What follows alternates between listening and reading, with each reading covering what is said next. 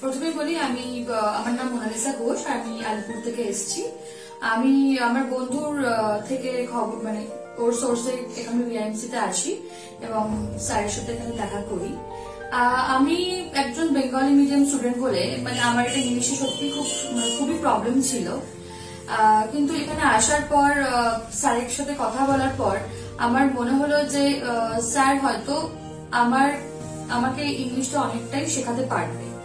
আজকে আমি মানে তখন একটু মনে হয়েছিল যে স্যার যখন বিলিভ করছিল যে ইংলিশ বলতে পারবো, তো আমারও মনে হচ্ছিল যে আমি ইংলিশ শিখতে পারবো। তো আমি এখন 10-12 দিন আমি হলো ক্লাস করছি, আর এখন আমি যথেষ্ট ভালো ইংলিশ বলতে পারি, ইংলিশ লিখতেও পারি।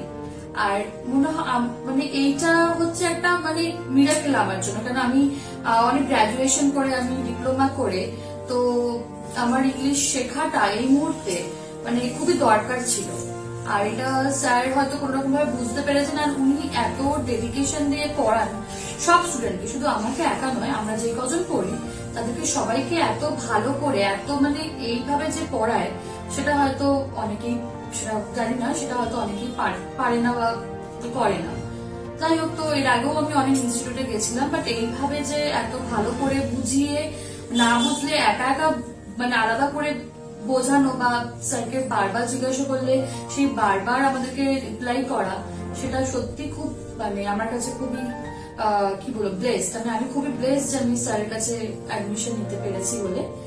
আর আমি মনে করি যে আমার মতন যারা স্টুডেন্ট রয়েছো তোমরাও এখানে বিআইএমসি তে আসতে পারো, স্যারের সাথে কথা বলতে পারো, নিজেদের প্রবলেম শেয়ার করতে পারো, আর এখানে ভর্তি হয়ে নিজেদের ইংলিশটাকে খুব ভালো জায়গা নিতে পারো। আজকে আমি যে ইংলিশটা বলছি হয়তো আমি আরো কিছুদিন পরে এর থেকে অনেক বেশি ভালো ইংলিশ আমি বলতে পারবো। আমি সেটা বিলিভ করি, আর স্যার সেটা আমাকে শেখাবেন, এটা আমি জানি। Thank you.